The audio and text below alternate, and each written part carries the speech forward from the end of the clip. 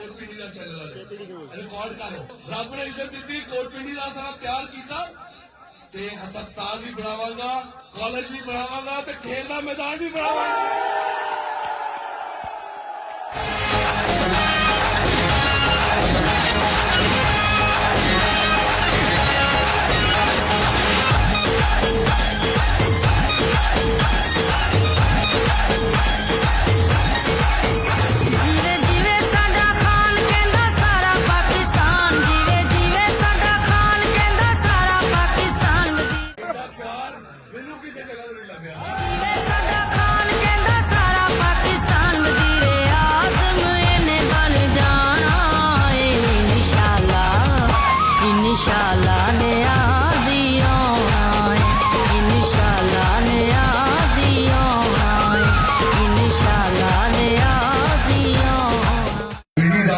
डाली बड़ा पर आज वेख के नजर आया है। मैं यकीन जानो इतने बड़े मजबे का मैं मैनू अंदाजा भी नहीं सी कि तुम इन्ने बहादुर निकलोगे इंशाल्लाह।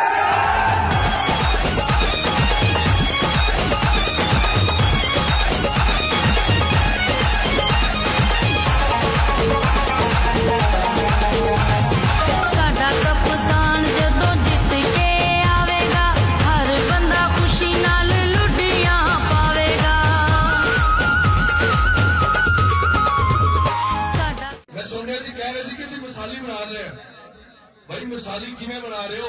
अज भी इन्होंने अगिया तो ज्यादा सड़क पानी की नहीं डुबिया ने। अज इतने कॉलेज नहीं है, अज इतने स्पोर्ट्स का खेलन का 7,000 की आबादी है, 1,000 की आबादी है पिंडी की।